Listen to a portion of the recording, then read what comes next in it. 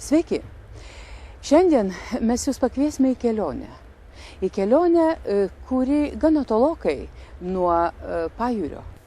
Tačiau pradėsime mes ją iš čia. Čia viena seniausių Klaipėdos miesto gatvelių ir štai už mano nugaros jūs matote pastatą, kuris taip pat turi labai solidų amžių. Šitam pastate gyveno Marija, kuri gimė, užaugo ir brendo. O dabar ji gyvena toli, visai kitame Lietuvos pakraštyje. Kas ir kodėl ji išvyko iš čia ir kas inspiravo jos šitą išvykimą? Tai dėl to mes ir vyksime į Molėtus, į observatoriją, kur ir pasimatysime su Marija Kakariene. Tad visai netrukus mes su ja ir pradėsime pokalbį, kodėl ji paliko šį kraštą ir kaip ji jaučiasi ten, kitame Lietuvos pakraštyje. Aš atkakau iš Klaipėdos, mes čia su visa komanda, vien todėl, kad mes pasilgom, klaipėdiečiai mes pasilgom tavęs, nes tu išvažiavai Lietuvos mastu tolokai. Nuo Klaipėdos čia maždaug apie 360 km ir čia Molėtai.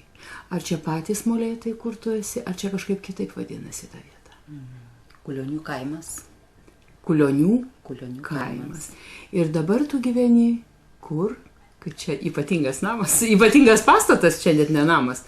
Taip, Kulionių kaime, etnokosmologijos muziejui. Ir kaip tu čia jautiesi? Turbūt reikėtų pasakyti, kad gana neblogai. Gal vienas tik faktorius, kuris truputį žeidžia ir aš daug laiko būnu viena. Būnaras darbe, draugų neturiu čia, draugių taip pat ir būna dienų, kad kažkaip pasigendi žmogiškos kalbos. Mat, situacija ta, kad aš primindama tiems, kurie tave pažįsta ir pristatydama tiems, kurie nepažįsta prie tavo namo Klaipėdoje, sakiau, kad tu esi miesto vaikas, kad tu esi klaipėdietė ir kad ten tavo namai. Čia tu išvažiavai prieš kiek laiko? Jau 2 metai, 3 metai yra. 3 metai. Ir iš miesto atvažiavus į šitą gamtos prieglobstį, į tą grožį, kartais gali jaustis vienas arba vienišas.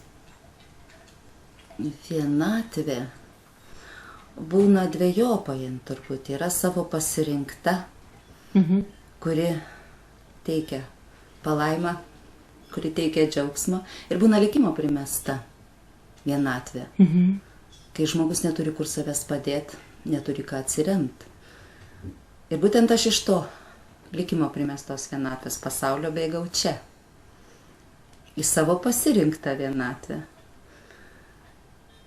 Ir ta kalbos toka, bendravimo su žmonėmis, gal pasakyčiau, tik momentinis dalykas toka. Nes aš puikiausiai bendrauju su gyvūnais, su augalais, su tuo pasauliu, kurį pati savo susikuriu, su Gunara. Tu kažkada sakei, kuomet mes sustikom po šitiek laiko nesimatę Klaipėdoje, kai jūs buvote atvežę ekspoziciją, tu sakei tuomet labai impulsyviai mano klausimo, ką tu darai čia? Tarp kalvų, laukų ir miškų, šalia ežero viena, kai Gunaras išvažiuoja, jūs dažnai išvažiuoja. Tu sakai, ne, mes važiuojame kartu. Taip. Bet jūs dažnai važiuojate kartu, bet kartais tu ir lieki? Labai reta. Jūs nepaprastai artimi esat ir taip svarbus vienas kitam?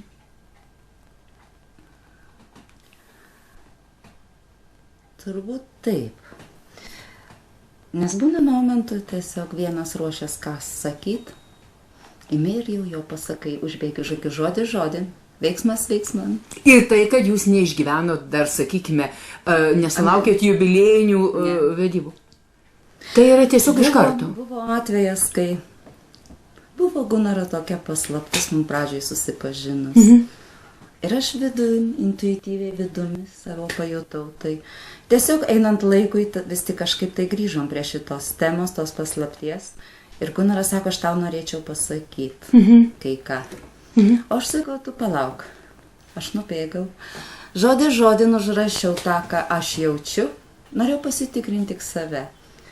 Ir kai jisai pasakė visą tai, ką norėjo pasakyti, aš jam padaviau lapelį, tai jame buvo surašyta žodin tą, ką norėjo pasakyti. Jisai buvo priblokštas. Jis neteko žado, jam liko karšta ir nesuprato, kas įvyko. Ir dabar jau gana dažnai šitai būna. Ar tuomet jis nepagalvojo, dabar kai jūs patviraujat, kad jis savo gyvenime sutiko, mažiausiai laumę. Aš žodžio ragana neskau, nes tai dažniausiai siejama su piktumais, bet laumę. Ne, gal turbūt tiesiog viena banga grojam. Viena banga grojam. Gal greičiau, nes kas keisčiausias dalykas, kad tiek metų žemė gyventa, tiek eita šalia, praktiškai nepažįstant. Ir per trumpą laiką, keletą metų, atėję į šį pasaulį, mes tiesiog visur kame, ką bedarytume, ar gėlę sodintume, ar akmenį statytume, ar koloną į vietą ieškotume, absoliučiai nuomonė sutampa. Nėra, kad taip pat aš noriu čia ar čia. Absoliučiai sutampa suvokimas formuojant. Tu žinai, Marija, aš klausausi su tokiu pasigėrėjimu ir aš kaip visiškai žemiškas žmogus, o mes dar apie dangų kalbėsim šiandien, o tu kažkaip jau gal kitoje erdvėje kartais tenka aptikti informaciją ir bendrauti su žmonėmis, kurie pykstasi jau ir medaus mėnesį. Jūs medaus mėnesį jau praleidot ir jau artėja tą, ką mes pradedame vadinti buitimi. Tai yra kasdienybė. Ir ką jūs antiek sutarėt visais klausimais ir ne dėl ko nesipykstat? Nebuvo karto ne vieno. Niekas. Absoliučiai kažkoks tai keistas yra. Mes dažnai peršnekam, kad labai keistai. Du pasauliai sugula į vieną, nežeisdami vienas kito. Bet Marija, mes su tavim kalbamės dabar. Ir tu pati pasakei, kad tiek gyventa, tai galima suprasti, kad tikrai ne tik dabar suėjo pilnametystė. Ir jūs brandūs žmonės, abudu, jau turintys gyvenimo patyrimą, suguldėte savo likimus greta. Paprastai sakoma, kad reikia vienam prie kito prisitaikyti, o čia kas? Nereikia prisitaikyti. Nėra to žaidimo taisyklės, kad čia yra smailas kampas, tu pavyzdžiui, kaip išmintinga moteris apeini, o iš Gunaro išlenda smailas kampas. Gal manyčiau, jeigu reikia jau taikytis, tai jau nebėra tikras pasaulis. Tai turi įvykti savaime, sklandžiai kaip nuostabi muzika liejas pasaulis, dviejų, papildydamas vienas kitą. Nežinau, kaip ateity tai, bet kol kas tai labai. Dabar ateity, o praeitis, ar tu ką nors atsinešei į dabartį, kurią tu turi iš praeities? Nes praeitis kiekvieno žmogaus yra įvairi. Aš, pavyzdžiui, nelabai linkusi tikėti žmonėmis, kurie sako, mano gyvenimas pralėkė kaip šventė. Bet ir šventėje kartais pasitaiko pievoje akmuo, kur gali susižeisti. Man atrodo, gyvenimas mums teikia daug įvairių dalykų ir išbandymų. Ar tu turėjai išbandymų? Išbandymų kiekvienam žmogui turbūt užtenka ir tikriausiai, kad mes į žemę išbandymui ateinam. Išbandymui, koks esi, kaip tu pakeli tai, kas tau lemta, kas tau duota. Ir kad iš praeities ką atsinešus, aš pati, kuri šiandien esu, tokia kokia esu, tai yra praeitis. Jinai suformavo mane šiandien tokią, kokia esu. Ir turbūt likimas davė terpę būtent tokiai. kai aš sakau, Dievas žiūrėjo iš dangaus ir mes su Gunaru turbūt kažkokią egzaminą labai svarbu išlaikėm. Kad leido jums būti Kad kartu? leido būti kartu. Pagaliau mes tą egzaminą turbūt išlaikėm. Po tiekos metų. Aš jau šiandien sakiau daug kartų nuo mūsų susitikimo čia ir kiek mudvi vaikščiojom, aš sakiau, aš randu kitokią Mariją. Mes pažįstamos ne vienerius metus ir Marija elegantiška, Marija graži ir tokia daug labai gerų žodžių, puikiai šeimininkė, visada buvo miela būti svečiuose, bet tokia Marija, kokią aš pamačiau šiandien, man pasirodė laimingo žmogaus etalonas. Šmaikštauja, linksma, aktyvi pokalbė, visada kaip Madona, tu buvai kažkokia tai truputėlį save slopinai. Kas, ta metamorfozė, kodėl neatsitiko? Turbūt vis tik didžiausias faktorius visam tam yra gamta. Aš taip norėjau, kad tu pasakytum žodį meilė. Gamta. Gamta? Gamta. Kurioj būtent, žiūrėdamas į pražystantį žiedą, į bekylantį daigelį ir į torukus, supranti, kaip gera mylėti yra tik tada. O taip, nei iš šio, nei iš to, sakykime, kokiam užspaustam kampe meilė, ten ne meilė. Kampo nepatogumai į pirmą vietą išeis. O paskui tik padėsi galvoti apie meilę. Manau, kad taip. Ar tu iki šito savo gyvenimo etapo jau turėjai kažkokias tai meilės nuojautas? Ar tavo gyvenime kaip nors formavosi meilės filosofija? Ar jinai atsirado dabar, čia, kada prasidėjo tavo šitas gyvenimo etapas prieš beveik 3 metus? Aš kažkada, jau dabar to nebėra, bet ilgą laiką vis galvodavau, Dieve mano, 100 metų baigiu pragyventi, negi taip ir išeisiu nieko nemylėjęs. Aš su siaubu žiūrėdavau į save, į savo pasaulį. Ir kartą, kai su jumoru perskaičiau, kad meilė tai liga, demencija precox temporalis, laikino sukvailėjimo liga, save guodžiau tuo, kad aš nesergu šią ligą. Žodžiu, tu nekvailė. Taip, bet savotiškai visą laiką ilgėjaus šito pasaulio, buvimo dviese, artumo.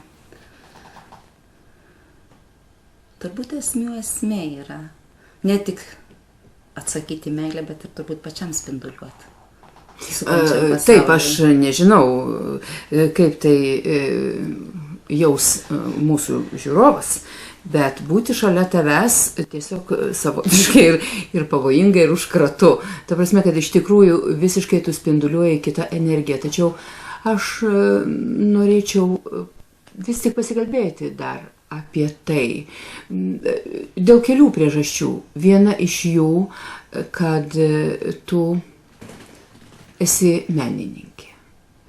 Ir kaip man kas ką įrodinėtų, kad tai labai racionalu, tai techniška, galbūt kiti taip ir daro, bet man atrodo, kad jausmai patenka į tuos darbus ir jausmai diktuoja galbūt tai, ką darai. Gal nebūtinai meilė. Tačiau dar yra vienas aspektas. Tu esi mama, tu turi 2 vaikus. Ir aš net nebejoju, kad tai tavo taip pat labai didelė meilė. Bet jeigu mes galėtumėm su tavim būti visiškai atviros viena kitai, ar tada jie gimė iš panašaus jausmo į meilę? Ar meilių kelis kartus gyvenime galima stipriai pamilti?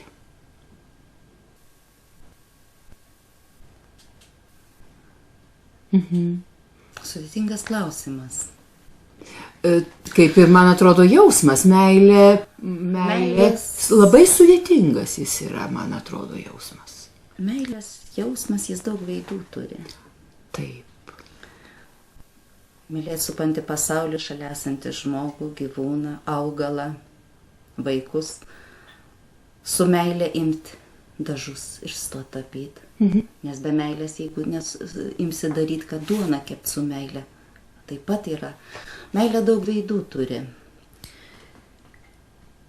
Gal kai jaunas žmogus sukuri šeimą, tau atrodo, kad tu myli. Bet iš tikrųjų įsiklausęs į savo gelmę, imi suvokti bėgant metam, kad sieloje nieko nėra, tuštuma, yra baisi vienatvė dviese. Ir kas baisiausiai vyksta turbūt, kad tavasis aš, kaip Hesis Stepė Vilkė rašė, kaip rudimentinis uodegikaulis lieka, jis yra ir jo nėra. O tada jau reikia kažką keist daryti, nes kaip žmogaus nelieka tada. Tu susiniveliuoji su šalia esančiu, tu nebesi savimi, tu nebesi toks, koks turėtum būti. Ar paprasta keisti? Ir ypatingai moteriai. Pavyzdžiui, priimti, žiūrėk Marija, juk mes dabar, jeigu pakalbėtume, taip visai nusileistumėm ant žemės, mes juk dažnai girdim moterį sakant, ai tiek to, dėl vaikų, kaip aš iš vaikų atimsiu tėvą, ar kokia nors panaši, aš sakau, buitinė filosofija, tu patyrusi kaitą, kaip tu tą darai? Tiesiog atsidaviau į likimo rankas. Tu sau leidai, kad taip, eitų taip, kaip tu reikia. Jausdama vidum, įsiklausydama į pasaulį einant į mane, aš tiesiog atsiduodavau jo valiai. Būdavo nuodegi, būna džiaugsmo akimirkos. Bet jeigu, kaip užrūdijusi pelkė, liksi savo kančioj, savo bėdoj, savo nerime vidiniam, tai pats tiesiog ir užgesi. Reikia keisti gyvenimą, jeigu jauti, kad su tavim vyksta ne taip, kad tavo pasaulis ne tuo keliu suka. Ar tai labai lengva yra gražiai moteriai, ir aš visiškai čia nenoriu sakyti kažkokio komplimento ar atrodyti labai iškrypeliška, mes būdavom draugijose ir nuo jaunų dienų, kokia bebūtų draugija, vyrai norėdavo daugiau su tavim šokti, turėti kažkokias galbūt ir pretenzijas. Tai yra, ką paprasti žmonės sako, tu turėdavai pasisekimą mūsų draugijose daugiau negu bet kuri kita. Ar lengva moteriai atlaikyti vyrų ataką, vyrų draugių, sakykime, netgi, kaip čia pasakyti, draugių vyrų, šeimos žmonių. Jie tiesiog, supranti, tu laisva dvasia, tu menininkė, tu tokia ir jie reiškia kaip moteris tokioje situacijoje atlaiko tokias atakas. Aš kažkaip niekada nesureikšminau šito. Bet vis vien, Tai yra žmogaus gyvenime momentinis dalykas. Gyvenimas šitokių susižavėjimų, momentinių linksmybių, to viso pateikia kiekvieną mirksnį. Drugelis pievai nuo žiedo prie žiedo lėkia. Ir jam kiekvienas žiedas, anas gražus, reikia prie to lėkti. Tai nėra kelias gal. Ir tu į tai tau nebuvo svarbu? Ne, tai yra tuo momentu pabendrauji, pabūni, pašok ir tiek. Aš nekeldavau savo klausimų jokio. O jeigu pradėdavo koks nors vyriškis ataką? Ką tu išmintingai jam Aš manau, kad labai greitai nusotindavausi. Tu turi tam, reiškia. Tiesiog būdavo kokią pobūdį ir kokią vizitinę ištraukia. Jau tave kviečia, tu paskambink ir ten darbo telefonas ir viską. Ir tam pačiam pobūvė jo žmona, daleiskim, yra. Ir aš tikrai tada jam sakau, pažiūrėkit, kokia graži moteris sėdi. Ir kam jums reikia iš šalies šito dalyko? Ne vieną kartą esu tai padarius. Tiesiog manęs nedomina tai. Bet jeigu vyras sudomina... Kodėl ne? Kodėlgi? Tai normalu. Tai yra gyvenimas, tai yra žaidimas. Apie meilę. Mes sakėm, kad tai yra labai svarbu ir kad tai daug plačiau, negu mes galime įsivaizduoti ir galų gale išraiškos formų yra įvairių. Tačiau niekaip tikriausiai šito negalima įsivaizduoti nesuponavus vyro ir moters pasaulio. Gal tu galėtum pateikti savo filosofiniai požiūrį į vyrą ir moterį kaip du pasaulius, kurie sukasi greta. Ar visada, pavyzdžiui, jie gali persidengti, ar kokia tavo filosofija? Kažkaip būna metas, kai imi ir susimastai apie savo gelmę, apie supantį pasaulį, apie vyro ir moters santykius, buvimą dviese. Ir kažkaip netyčia vieną rytą nutveskė mintis. Eina vyras ir eina moteris. Priek eina vyras, iš paskos moteris. Vyro pėdas lieka didžiulės. Ir moteris, statydama į jo pėdas kojas savo, nors ir eina iš paskos, jos pėdos lieka taip pat. Bet jei moteris eina priekį, įsiveržia į priekį ir vyras eina iš paskos, jo pėdas nutrina jos pėdas. Jos jų nelieka. Ir vis tik gyvenime yra svarbu. Vyras yra stipresnis. Jis imlesnis supančiams pasauliui. Moteris yra trapesnė. Ir man patinka va šitas ėjimas. Vyro priekį dideliam pėdom, o į jo pėdas aš savo mažesnę statau. Ir aš jo padedama randu kryptį, randu save. Tai yra mano tokia filosofija. Reiškia, jokių užuomazgų apie feminizmą ir vyrų stumdymasi pečiais.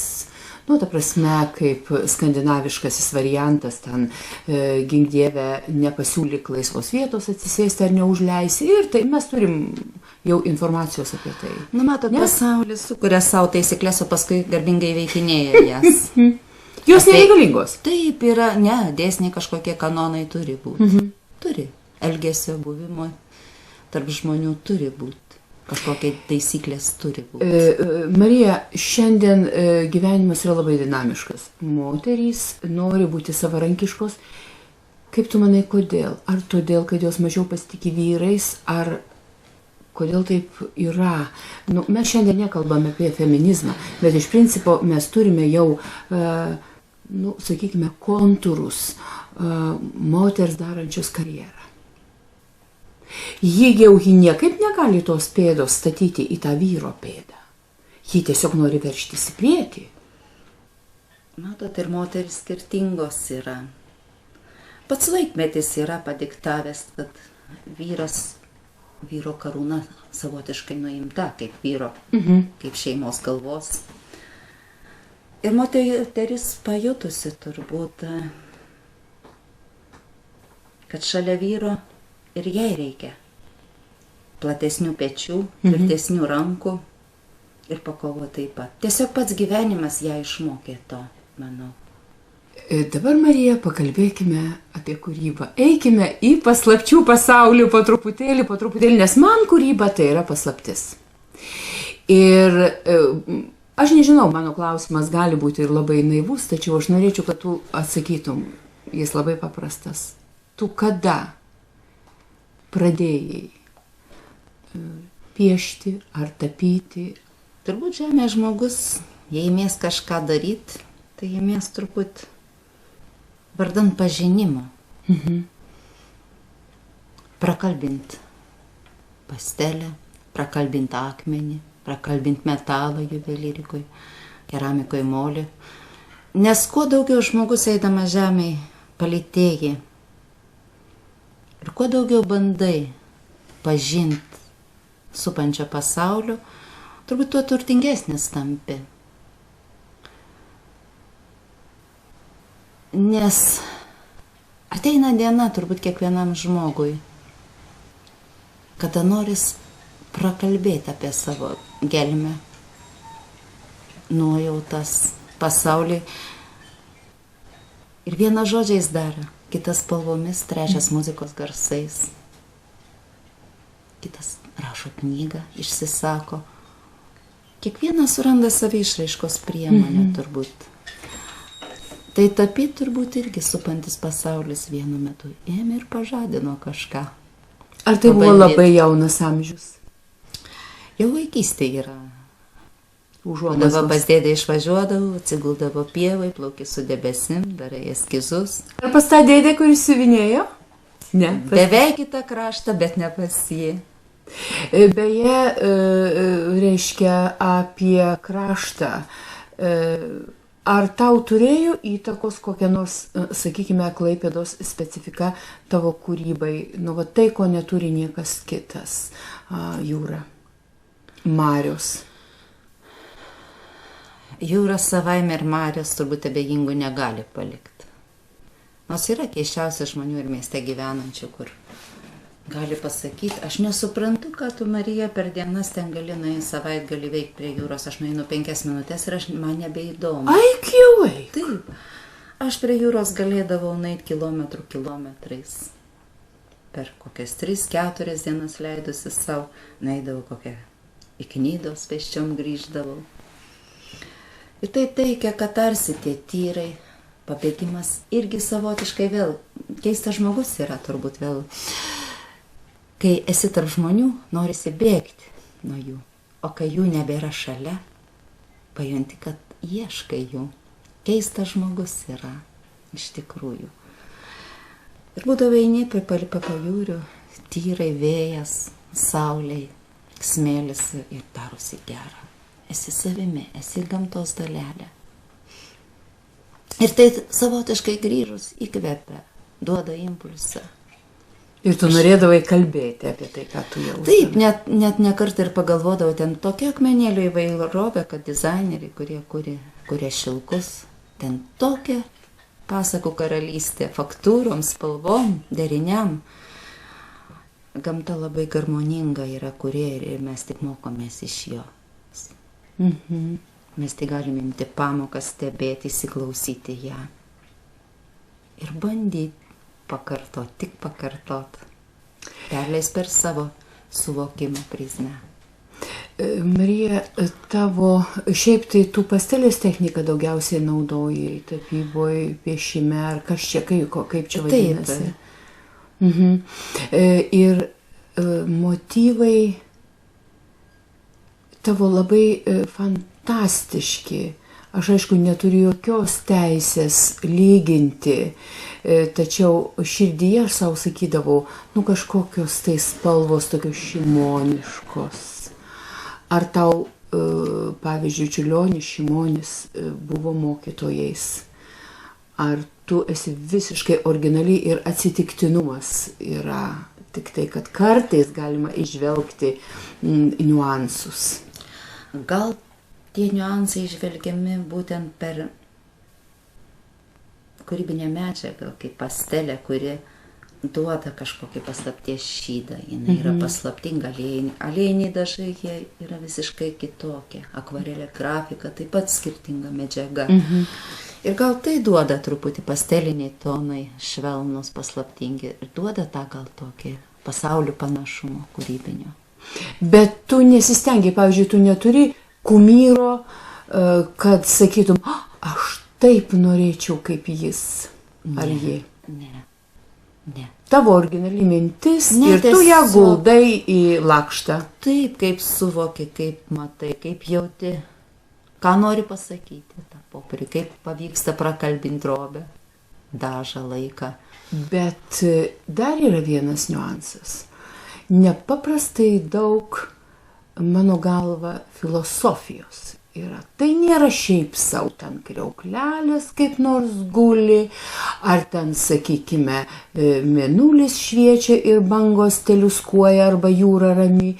Jie kažkaip visi persipina. Jie liktai kažkokie vienas kitam artimi ir tolimi. Ir man visą tai sudaro filosofija. Nieko negali pas tave, o taip materialiai apčiuopti. Va čia, saulė. Iš kur tai? Turbūt supantis pasaulis. Mistiškas? Tau pasaulis atrodo mistiškas? Kaip ir žmogus kiekvienas. Ir pasaulis supantis taip pat labai daug mistikos yra. Tik ją įsiklausyti, įsižiūrėti reikia. Tavo darbuose, dažnai darbuose, aš jokių būdų nesu net mačiusi visų tavo darbų, bet visada tarp gamtos, tarp bangų, dažniausiai tarp debesų tuos darbus, kuriuos man teko matyti, galima pastebėti atvirai arba labai iš tolo arba užuomina gražios moters veidą. Ir aš nė karto nemačiau vyriškio. Gal tiesiog kaip moteris gyvybės nešėja.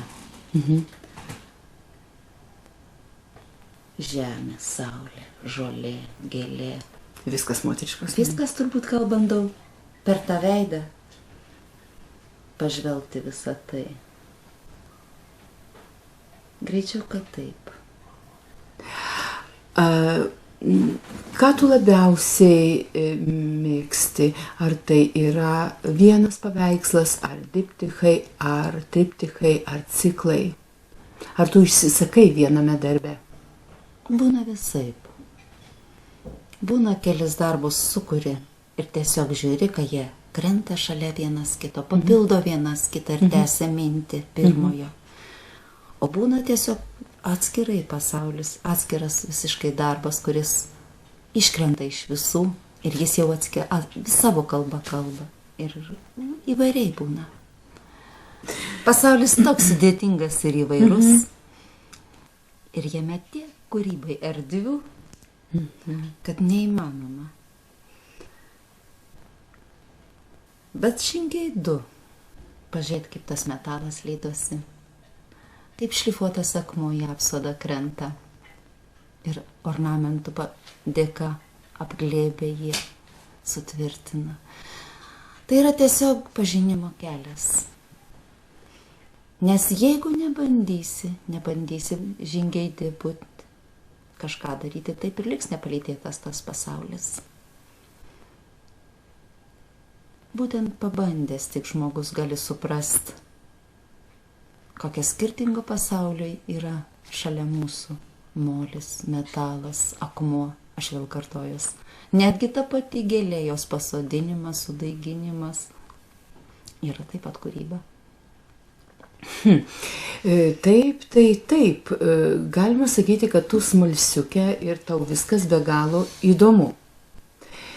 Bet prioritetai laikui bėgant vis vien stojasi ant kažkokio tai kitokio koto. Kažkas tai išlenda į priekį. Kas išlindo tavo gyvenimo eigoj, kūrybiniam procese?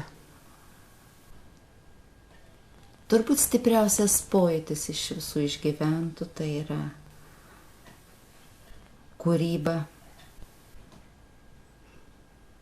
pasaulio supančio, kur augalai, palytėjimas augalų. Tai yra pati didžiausia kūryba. Žaist spalvomis, formomis, dydžiais, bendrausiais. Tai yra ypatinga kūryba. Ir jin visą užvaldė mane. Aš visada ilgėjus gyvenime gėlių. Gyvenant miesto džiunglėse, jeigu taip Klaipėdą galima pavadinti, kurios taip pat tikrai ilgiuosi. Širdį ilgiuosi, nes aš ten gimė užaugau. Ir visada svajodavau turėti gėlyną. O ten peržengęs slenkstį ir gatvės grindinys. Vienoje seniausių miesto gatvelių. Taip. Tu gyvenai ir ten nieko nėra. Tai nors ant palangės tada jau augino pupas, kurios ant stogo užlipo.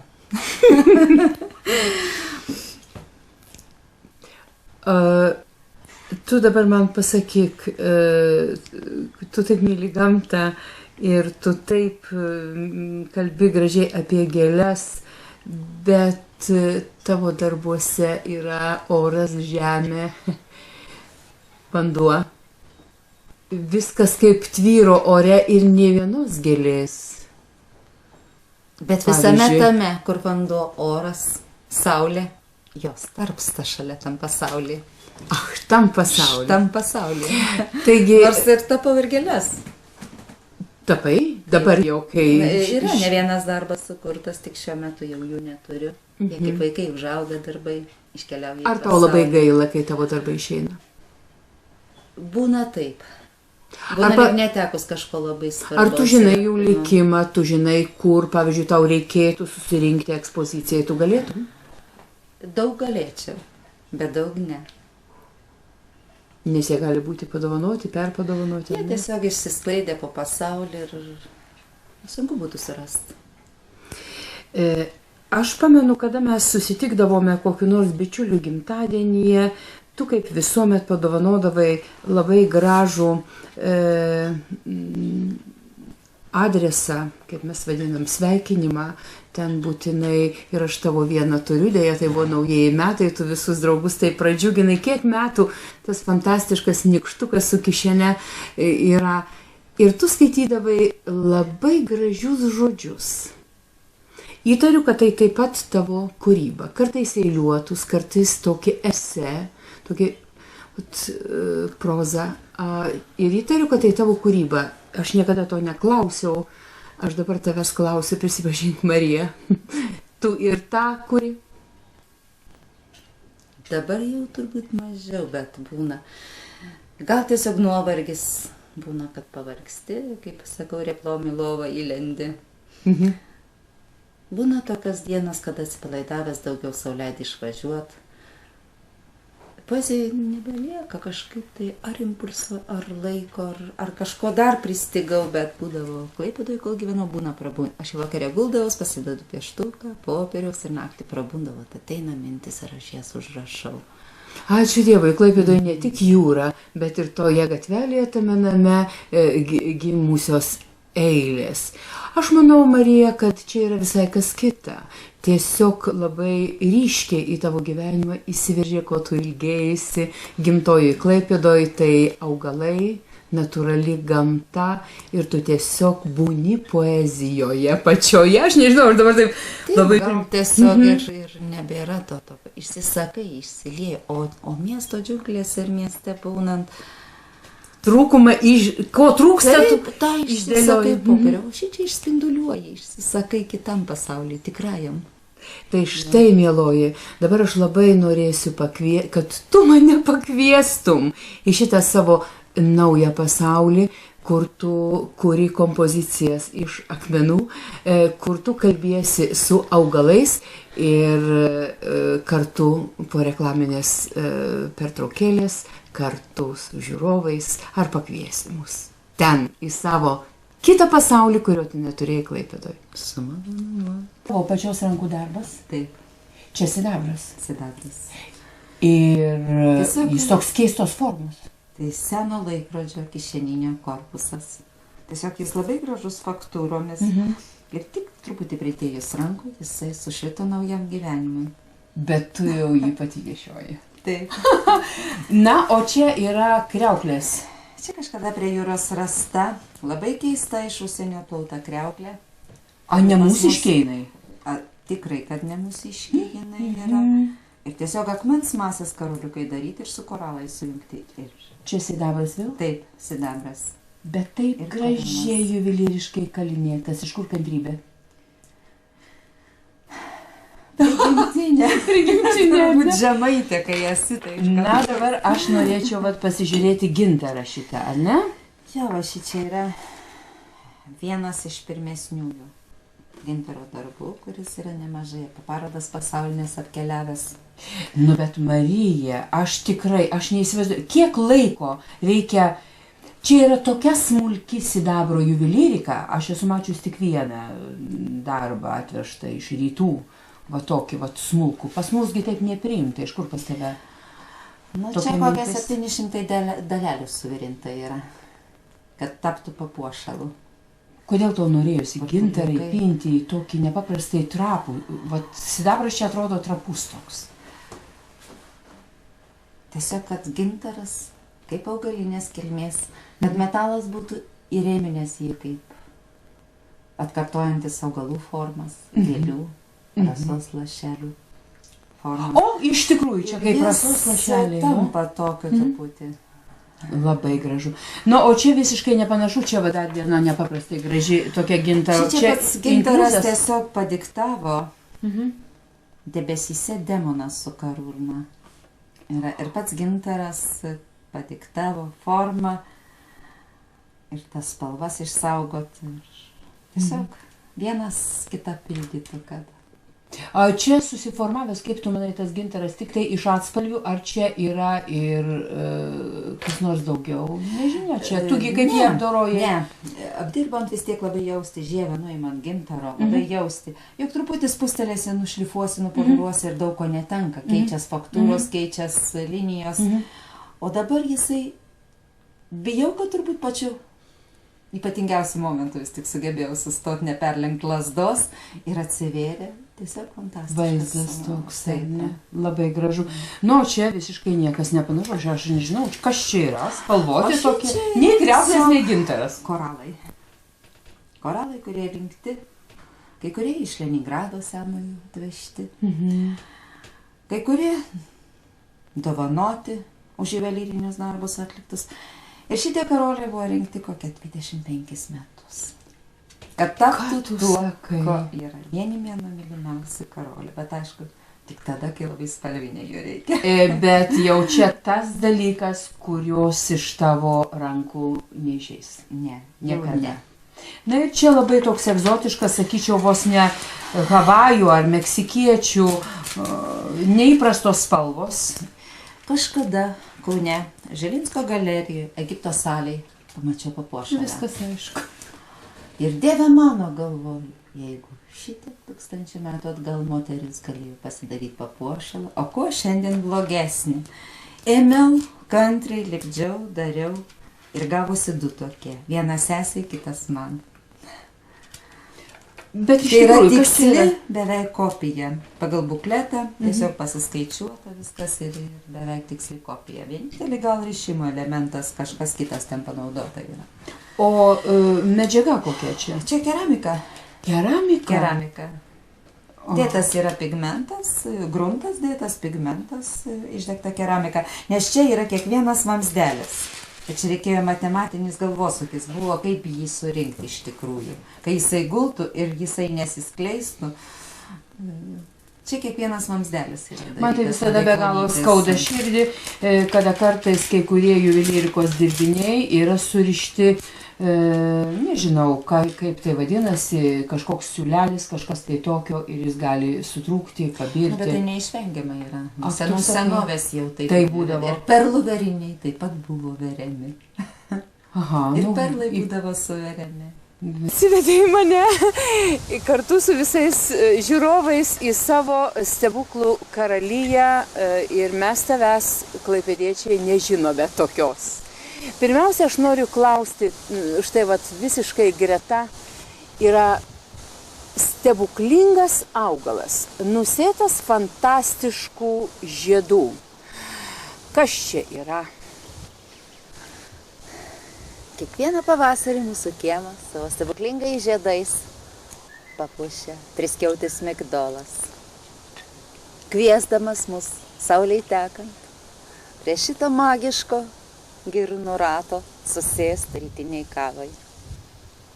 Čiulbant paukščiam, ošiant vėjui, skambant vėjo vargonėliam. Taip, aš dabar pasakėjau vėjo vargonėlėm ir man iš karto pasidarė labai įdomu. Jie yra 2 čia ir abudu pakabinti ant beržų. Kodėl jie yra 2? Turbūt žmogus būna dvejopas, būna ramus, švelnus ir būna kaip uraganas. Aišku. Garsus, skambantis, dūstantis nuo savo energijos. Tai ir tie vargonėliai, kai švelnus vėjelis pučia, to šaudyklės sukasi, juda, kinta. Tai yra švelnaus vėjo vargonėliai. Tai yra jūros dvasia, jūros pagaliukai. Čia man patiko jūros dvasia. O kiti vargonėliai? Ten taip pat jūros dvasia. Bet jie skamba tik labai stipriam vėjui pučiant. Ir jie turi skirtingus pavadinimus? Taip. Tai atšiauraus vėjo vargonėliai. Ir jie skamba metaliniu, stipriu garsu. Naktį miegant mes visą laiką juos girdim. Aišku, juokinga būtų, jeigu aš pasakyčiau, tu tuos vargonėlius čia pasikabinai tam, kad tau primintų miestą, ta prasme, kai važiuoja, tugi labai triukšmingam rajone gyvenai, kad naktį būtų triukšmas, ar vis tik tai čia yra stebuklingi garsai, jie kažkokie tai simboliai, jie kažkokį tai stebuklą tavo namams priduoda? Aš manau, kad medis į medį ne veltui sako, o kaip pagalvoja, sakatris į medį pabelsk. Taip. Tai čia tas medis į medukas į meduką, skambantis tas subtilus garsas. Jie žmogui kažką duoda. Būna, kad mes susėdam ir klausomės jų ir mums labai gera. Labai nedaug tai reikia kitą kartą. Nu, iš tikrųjų, jeigu išmintingas žmogus, mano galva, jam užtenka mažmožio, kad jam būtų labai gera. Tačiau čia gal ne visai mažmožis. Ar čia yra lietuviška? Ar mes dabar labai daug kalbam apie rytų kultūrą ir įvairios rekomendacijos tvarkyti savo buitį pagal visokius feng shui. Čia lietuviška tie tavo vargonėliai? Ar vis tik tai iš rytų pasiskolina idėja? Ne, tai tiesiog yra, buvo čemodanas pagaliuko nuo jūros. Tai paprasta. Ir jiem reikia duoti gyvenimą. Mes ėmėm vieną vakarą ir sukabinom ir visai nieko. O paskui galima ir feng shui pritaikyti. Viskas, aš paskui. Reiškia, ne pagal feng shui vadovėlį, paskui gali būti. Šita filosofija man labai primtina. Net ir va šita lenta ant sienos, kuri yra su akmens pėdukėm iš Nidos, jin irgi yra gana stiprus simbolis. Galima irgi galvoti, iš kur jis pasiskolintas, bet čia yra tik tiek žmogaus žemės simbolis. Ateinam į žemę vienoje vietoje, vienam laikė, vienam taške. Ir per gyvenimo kelią ieškom savo krypties kelio. Vienas kelias į apačią, kitas į dangų ir į dangų išeinam. Ir tegul išeinam, jeigu galim, baltom, grinom pėdukėm. Tai yra va tas toks iš susikirtimo gyvenimo kryžkelės išėjimas keliom kryptim. Marija, ar tu žmogaus sąsaja šitoj erdvėj, dangus ir žemė, žmogaus pėdos, lyg būtų į žemės, į dangų, ką mes vadiname beore erdve. Taigi, ar tik tai tada, kai tu čia atvykai į observatoriją gyventi, ar tu šitokią filosofiją žinai, jauti nuo tada, kai tu save jauti? Turbūt nuo tada, kai pakėlus akis į žvaigždėtą dangų vieną naktį supratau, kiek jos toli. Kai iškilo klausimas, kaip jas priartinti. Kai įsigijau teleskopą, kai naktim pakeliaudavau po žvaigždėtą dangų, priartindama jį. Palauk, tu tą darei gyvendama Klaipėdoje dar? Taip, aš turėjau teleskopą, kurio dėka turbūt yra šiandien čia. Nes teleskopas kaip magiškas, ritualinis simbolis žemės ir visatos sujungimo. Žmogaus žemė mane atvedė čia. Būtent jo dėka Gunaras susirado mane. Fantastika.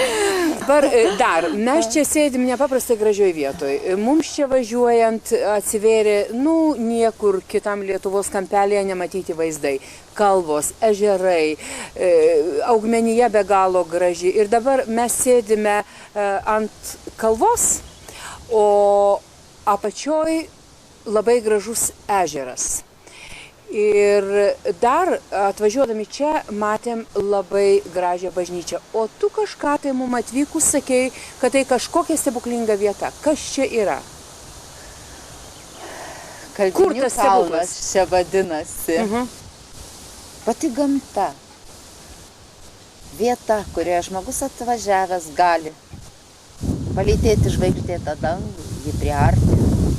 Pabandyti minti jo paslaptis, Gunaro kakaro padedami. Tai ir yra jau stebuklas. Vienas iš stebuklų šito kalno. Apsupti ežerų. Vasaros joninio ryto rūkų. Ne bet kur tai pamatysi. Žemėj būdamas rūkus, palytėdamas ir saulės tekėjimą, tu tampi jo dalimi. Bet kai pakiliai bokštą ir žvelgi į ūkanas ryto, į saulę tekančią, tu virš jos truputį atrodo esi. Ir ją pažvelgti iš paukščio skrydžio gali, tai irgi nuostabu yra. Aš taip klausiausi tai, ką tu dabar sakei, ir man taip atrodė, kad aš lyg ir pradedu kilti. Aš važiavau čia, norėdama kalbėti apie meilę. Nes tave iš Klaipėdos išvedė meilės istorija. Ir mūsų su tavim pokalbis artėja į pabaigą taip pat. Tu daug kartų kartoji Gunaro vardą, tu sakai, kad žvaigždės suteikė tą stebuklą, kurį mes paprasti žmonės, nebūdami taip aukštai pakilėti nuo žemės, vadiname meilę. Atsakyk tu man, mieloji bičiulė, tu laiminga moteris? Taip. Patylėjus sakau taip.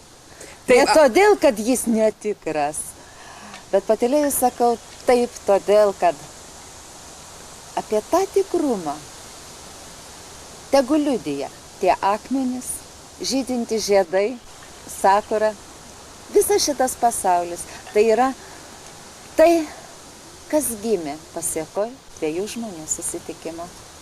Na, o dabar tiesiog paprasčiausiai smalsu, kas jis, kuris paviliojo ir padovanojo Marijai žvaigždėtą dangų. Apie tai kitą savaitę ir kitas pasakojimas.